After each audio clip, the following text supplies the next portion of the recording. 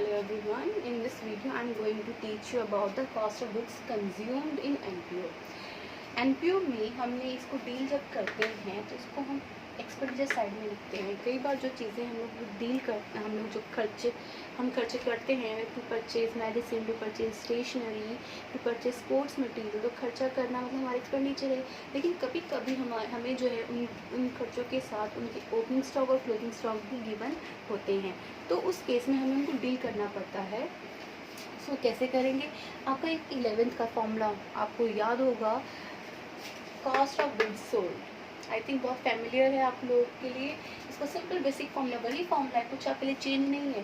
Cost of goods sold का formula होता है opening stock plus purchases plus direct expense minus closing stock. ये होता है।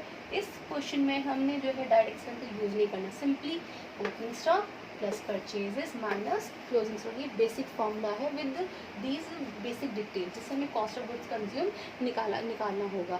कुछ एडिशनली और इन्फॉर्मेशन है, उसके लिए हमारा फॉर्मूला थोड़ा सा आगे एक्सटेंड हो जाएगा, but the basic formula required to calculate cost of goods consumed is opening stock plus purchases minus closing stock. तो वही है ये हमारा।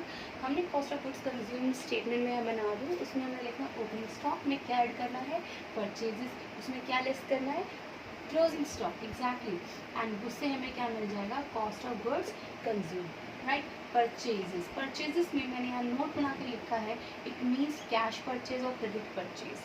ठीक है, अगर आपको गिवन है तो इट मीन्स कि हम लोग अज्यूम करते हैं कि वो कैश भी है और उसमें क्रेडिट भी है, और इधर ऑफ और सिंपल भी कैश भी होता है, पूरा क्रेडिट भी होता है। बट हमें पता है हम लोग जो परचेज करते हैं तो कैश में भी करते हैं और क्रेडिट में भी करते हैं।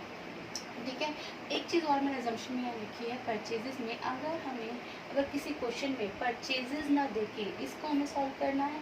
परचेजेस ना देके अमाउंट पेड अगर गिवन हो, अमाउंट पेड गिवन है एंड उसके साथ में हमें कोई क्रेडिटर्स रिलेटेड कोई भी इंफॉर्मेशन, हमने क्रेडिटर्स अकाउंट भी बनाया है 11th क्लास में सिविल सिस्टम में, तो उस अकाउंट से रिलेटेड अगर मेरे पास कोई इन्फॉर्मेशन नहीं है तो अमाउंट पेड जो है हमारा परचेजेस माना जाएगा। जो भी अमाउंट पेड है वो हम इसको क्या मान लेंगे, परचेजेस। इन केस अगर हमें परचेजेस गिवन नहीं है तो हमें प्लीज़ बच्चे ध्यान रखना, अगर उस केस में हमारे पास क्रेडिटर्स रिलेटेड कोई भी इंफॉर्मेशन नहीं है तो amount paid will be your purchases, right. अब एक छोटा सा एग्जांपल मैं यहाँ ले रही हूँ, जैसे amount paid for the stationery. अब मैंने यहाँ तो परचेजेस बोला था, यहाँ परचेजेस नहीं है, तो आगे मेरे पास इस छोटे से क्वेश्चन में क्रेडिटर्स रिलेटेड कोई भी इंफॉर्मेशन नहीं है तो amount paid will be my purchases, right. तो अमाउंट पेड जो हम लोग इस कर रहे हैं, हम लोग कितना कर रहे हैं, 54,000।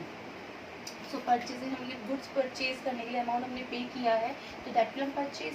तो हमने सिंपली यहाँ क्या करना है, ऐड, और हमें क्लोजिंग स्टॉक दिया है। क्लोजिंग स्टॉक मतलब स्टेशनरी स्टॉक का जो नाम यहाँ पे स्टेशनरी, तो क्लोजिंग स्टेशनरी कितने की हमारी 2500, जो हमें एज पर फॉर्मूला क्या करना है, माइनस, सिंपली आपका आंसर आ जाएगा 0051 और ये 5। Okay, this will be your cost of goods consume. इस क्वेश्चन में हमारे ओपनिंग स्टॉक नहीं था, अब नहीं है तो कोई बात नहीं भाई, इट्स योर क्लोजिंग स्टेशनरी। अब सपोज इसी क्वेश्चन में अगर मैं जो हूँ ओपनिंग स्टेशनरी या ओपनिंग स्टॉक ले आऊँ, स्टॉक का नाम या स्टेशनरी है, तो आई एम राइटिंग दैट। ठीक है, इस क्वेश्चन में सपोज वो मेरे पास है 15,000। सो अमाउंट पेड को सिमिलरली क्या मानना है इस क्वेश्चन में, in the absence of creditors information purchases. So यहाँ पे हमने सिंपली इसको ऐड कर दिया है, that's it. So now your figure will be change to, now answer जो आपका आएगा वो हो जाएगा 66500।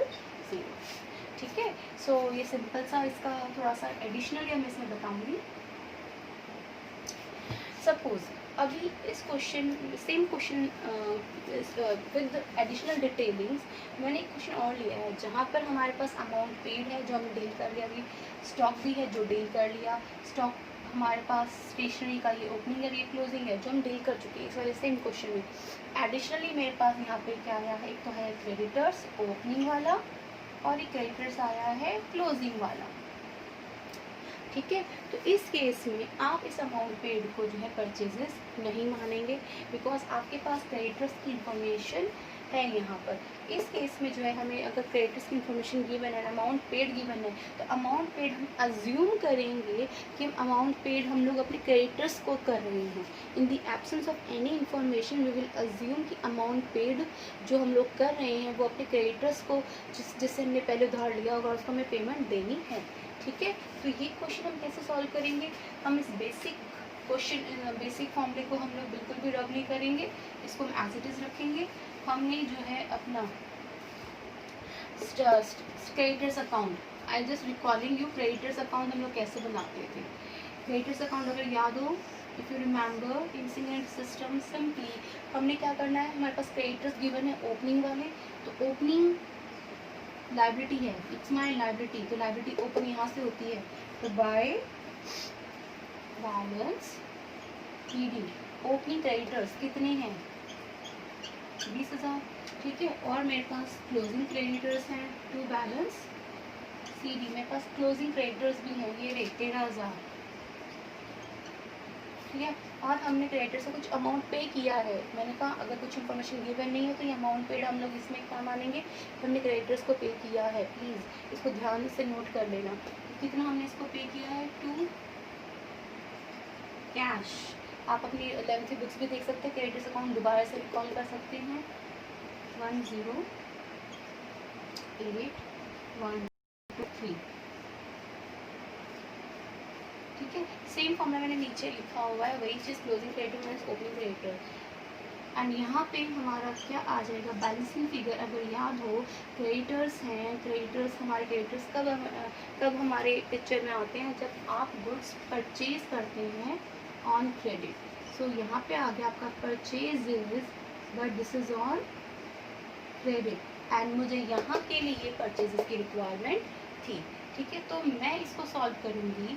ठीक है, so here figure will B 1 2 3 1 2 1 1 2 1 1 2 3।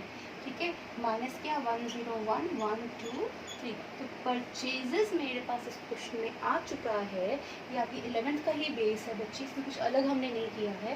तो ये मेरे पास क्या आ गया है, नेट क्रेडिट परचेज।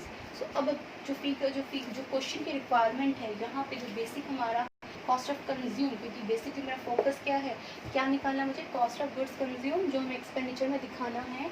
तो ओपनिंग स्टॉक हम बहुत इजीली आइडेंटिफाई कर सकते हैं। ओपनिंग डेट 31, ये फर्स्ट 18 है, ये 31st 19 है, तो दिस इज ओपनिंग स्टॉक।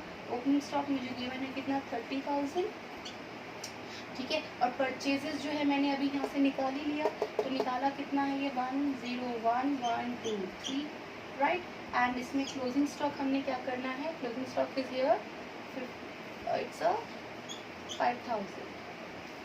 ठीक है, सो इसको हमने ऐड किया, 1 2 3 1 3 1 ऐड किया, और इसमें हमने इसको लेस करना है, तो आपको मिल जाएगा क्या, कॉस्ट ऑफ गुड्स कंज्यूम। तो this will be your answer. Okay बच्चे, इसके साथ सिर्फ एडिशनली एक और इन्फॉर्मेशन और ऐड करनी है, वो मैं आपको नेक्स्ट वीडियो में बताऊंगी। थैंक यू बच्चे।